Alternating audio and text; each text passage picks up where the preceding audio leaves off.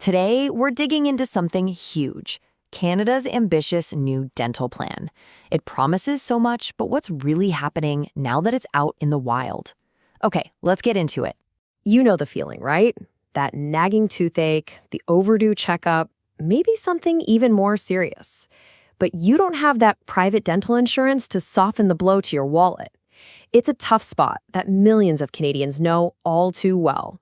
So, the federal government has stepped in with a massive new program designed to fix this exact problem. On paper, it's a game changer. But the real question, the one we're tackling today, is how's it actually holding up in the real world? And that brings us to our first part, the big promise. We're going to look at what the Canadian Dental Care Plan, or cdcp, was supposed to do. Basically, open the doors of dental clinics to millions who were locked out because of the cost. So what is this thing exactly? Well, the cdcp is a federal program. Its one and only target, Canadians who don't have access to any other kind of dental insurance. It's designed to be that bridge over a really expensive gap. So who's it for? The rules are actually pretty simple.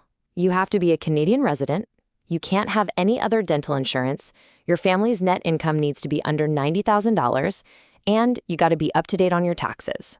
If you tick all those boxes, you're exactly who this plan was made for. And the scale here is just wow. We're not talking about a small pilot project. The government says 5.2 million Canadians have already been approved. This is a massive attempt to change who can afford to see a dentist in Canada. But, and there's always a but, isn't there? This is where the plan starts hitting a nerve. Because while it might be working for basic stuff, it's running into some serious roadblocks when it comes to more complex and often more painful dental work. And this number really tells the story. 52%.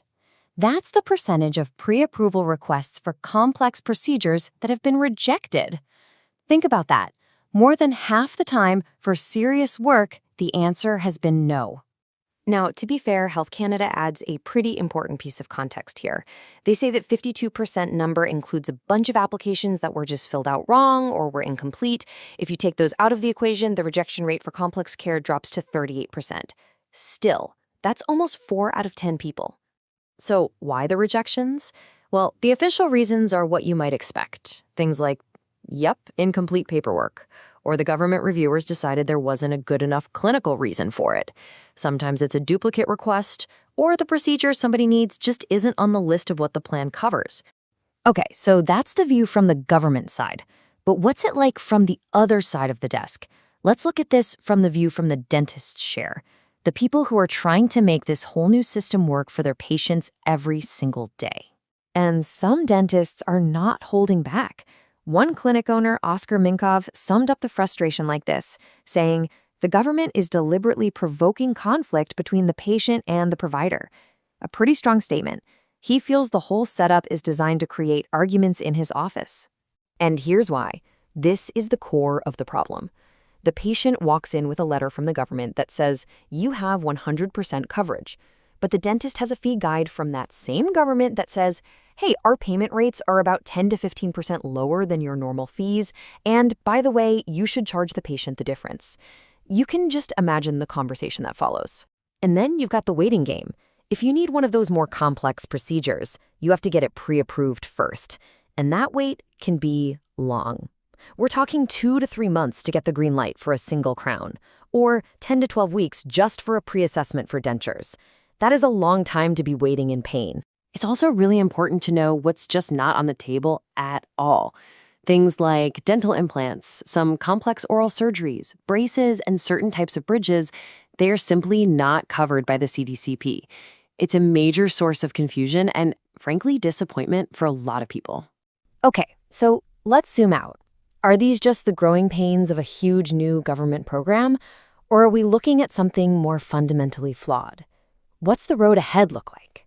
I think this quote from Andrew Ostrow at PolicyMe really nails it. He says, "The program has good intentions, but until it's more inclusive, Canadians shouldn't think of it as a complete solution. The spirit is there, but the execution isn't quite a silver bullet." So what are the big worries that are still out there? Well, there's that constant confusion for everyone involved and the uncertainty over what's actually covered. But there's a bigger fear, too. that some employers might see this new public plan as a chance to drop their own private dental benefits, potentially leaving their employees even worse off than before. So, where does that leave us? The Canadian Dental Care Plan is a massive undertaking. The intentions are clearly good, and it's already helping millions of people. But as we've seen, there's a huge gap between a promise on paper and a real-world solution. And that gap is filled with a lot of confusion, frustration, and waiting. The big question is, can this plan evolve to finally close that gap for good?